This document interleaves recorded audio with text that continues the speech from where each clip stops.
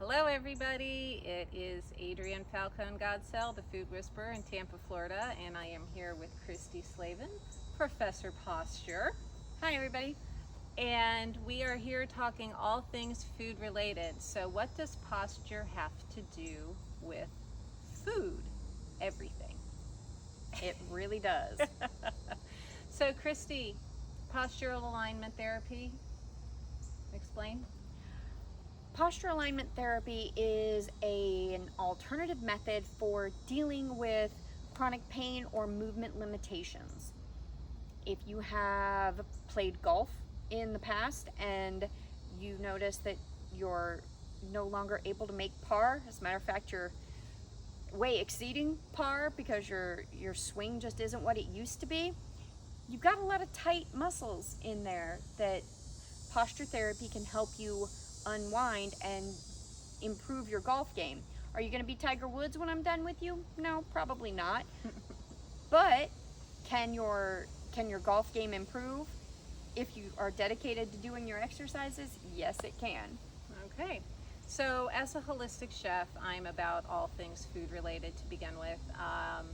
My journey began back when I was in high school and was diagnosed as hypoglycemic after I passed out in chorus class. Poosh! Oh Like I was on the my. top riser, passed out. Um, Wow.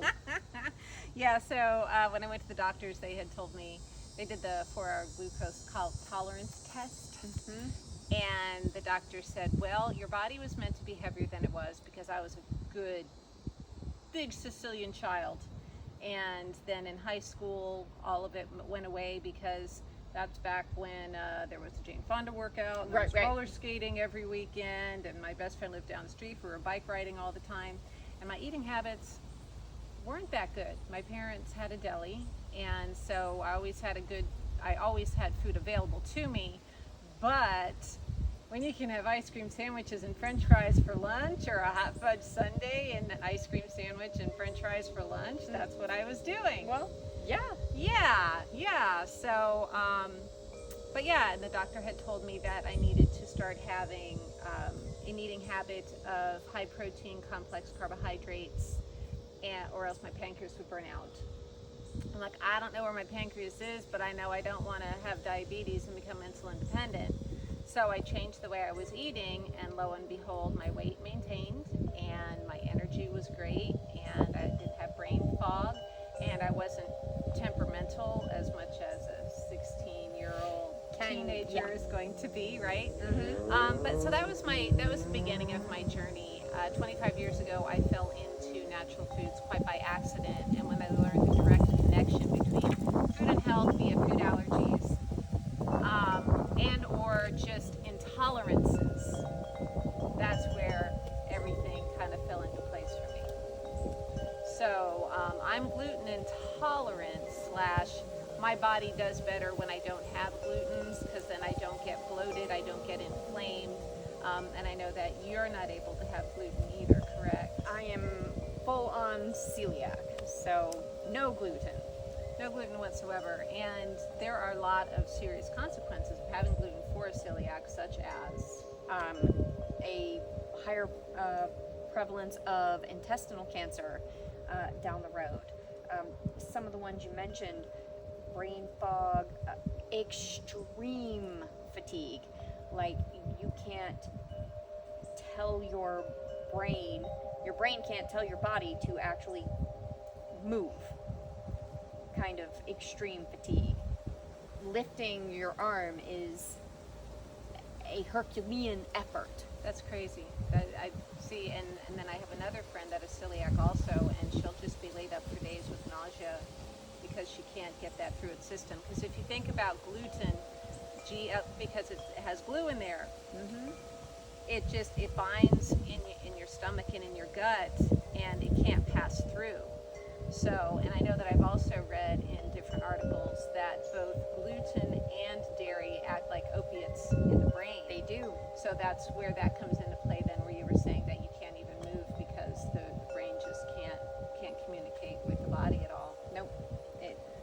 Their path of communication has been shut down. So you have a couple of first-hand experiences here with food and health as far as things go. and we had talked a little bit before about impaired digestion because of our fabulous world of today being Glued like to technology. this. And a lot of the times, and in my case, cooking, Cooking. because it has the same effect. So whether you have a desk job, and if you are at home working, you're not getting up to go get that coffee break and to be talking with your coworkers.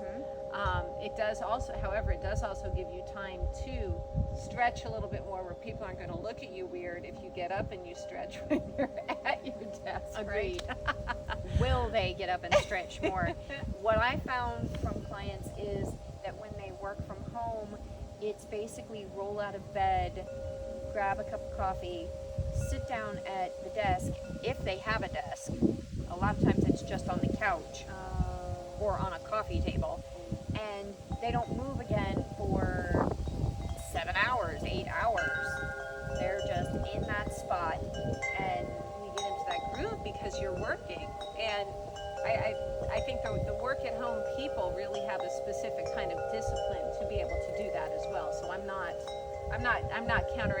saying it's bad by any means, but so we're in this position, whether it's cutting, cooking, computer, phone, photography. Right. I don't even know. Everybody's doing this, but then we're also doing it on our free time, which you were talking about impairing our digestion because we're in this constant crunch. And it's not even a concentrated crunch where we're holding those muscles, right? We're just like, exactly. It is a completely limp crunch. and so that's creating, in theory, digestive issues like reflux and GERD, because Absolutely. So I know, like on the food end, it's a problem because it basically has to do with processed foods. Our body doesn't know what to do with the processed food. The further you take it away from nature, the more it has to work to break it down and to get any nutrients out of it. So this does what, why, how? We're going to go back to talking about that curved position that you just saw Adrienne put herself in. When we're talking about acid reflux and its propensity for plaguing so many people in today's society, we are basically taking our rib cage and smashing the stomach and the esophagus so that they have no space to function. The poor stomach is almost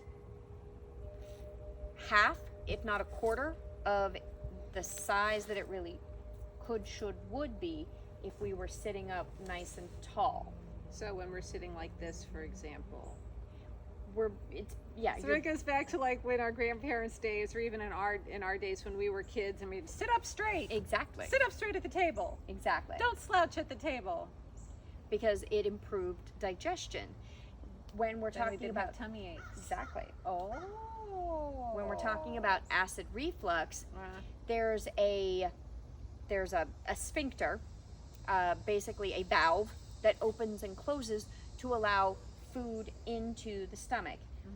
It should theoretically close fairly quickly after that food enters to keep the acid that is in our stomach that digests our food contained, Right. where it should be, Right. inside of the stomach. When we're smashing it and it's in a space that is a quarter of the size that it should be, that valve, that sphincter, can get stuck open. And then so it's like something blocking the door because Right. like a stuck hinge. yes, or Okay. potentially there's one of your ribs could be, holding it open, kind of like a doorstop. Okay. So there's a constant small amount of leakage of that stomach acid. Now let's think about the way doctors tell you to stay away from spicy foods or things Fried along that, foods, fried yeah. foods, Yeah. because those foods require more stomach acid to digest. So a larger amount of that acid, from the research I have done, escapes from the stomach and gets up into the esophagus. And because That's what again, causes we're the- stuck here, that's why it burns the throat, because it comes all the way back up the esophagus. We're not supposed to have travel in that direction. It's like a wrong way driver on I-4. So then, what does postural therapy do to correct that miscommunication? We have to remind the muscles of the back of the body to hold you more upright. There's a series of muscles, very fancy Latin word here, erector spinae. It just means straight spine, that will run from the very, very base of the spine, right at the hips, all the way up to behind the ear. There are 3 of them, and only, there's one on each side, and there's one that connects right around the shoulder blade, and another erector spinae that connects right around the rib cage. So if those muscles are retrained to hold you more upright, to hold you taller, then you've got that straight line again of the esophagus, so nothing is compressing the poor little stomach, and the valve, the door, is no longer stuck open, Interesting. even if it's just cracked. And- Acid is a liquid and can leak out of a faulty valve. Right. You notice I'm sitting up straighter again, right? I'm changing my posture the whole time. It's like, okay, let's get a little better at this. Anytime anybody reads my shirt, that happens. It's like, ow, it's like a chiropractor. Ow! That's why the word posture is in the name of the company. It's like doctors. I'm good, doc. I'm healthy. Really. So posture therapy, exercise, sitting. Is there something we could do sitting that would help remind us of that? Absolutely. So we're going to get the entire spine to work and remind your body of the work within the position that it knows, but then remind it of the position it should be in. And then we're even going to take it a little bit further just to help open you up through the front of the body. So I'm going to have you sit just a little forward on your chair for me. Excellent. And you're going to let your hands just kind of hang down and be relaxed. You're going to take your core and you're going to kind of curl in. So you're going to make an even more exaggerated C out of your spine. So like a cat-cow thing where Yes. I'm doing the... Exactly. Okay. And now what I What want do you I to do with my hands? just let them hang loose and limp. Now what I want you to do is you're going to bring your belly button forward and you're going to pinch those shoulder blades, get a nice retraction there. Oh, I like that. And then you're going to come back into that rounded forward position. Good. And one more time, we're going to open it up. Really get that big, deep retraction of those shoulder blades, pushing them down the back. Perfect. That's the thing I have a problem with, Yes. is keeping my shoulders down. Down. So many people in our society do. And you don't have to hold either of these positions for any length of time. You can if they feel good, but moving through one into the other, we're trying to remind the spine, oh look, you can get into this position. Your spine is capable of it, and the muscles will over time be reminded of that. You don't even have to leave your desk in order to do that. Technically, even when you're cooking, you can perform a smaller version of that while standing. Oh, I like that. That's good. Yay. So there we go. So you don't have to move if you don't want to from your desk or your chair, or maybe when you put your timer on while you're on your phone to watch your screen time. Then you can just put a little reminder on that timer that you have to do your posture exercise real quick for Absolutely. like 5 times or 6 times. Yep. You can do that as 10 times. That even doing it 10 times will take you under a minute. I think I can sacrifice a minute out of my day. What about you, if it's going to help my head and my neck and my shoulders and my gut and my butt? and your acid reflux. And my if acid you're reflux. one of the millions that suffer from it Yeah. and are tired of taking medication for it. Yeah, or maybe even just take less of it. Right. Right? Yeah, yeah. So here we are again. Thank you so much, Christy, for being with us. Absolutely. Professor Posture. You can find her on Instagram. You can find her on YouTube. You can find her on Facebook. Right? Yep. Yep. Absolutely. Yep. You can find me too there. So until next time. Bye, everybody.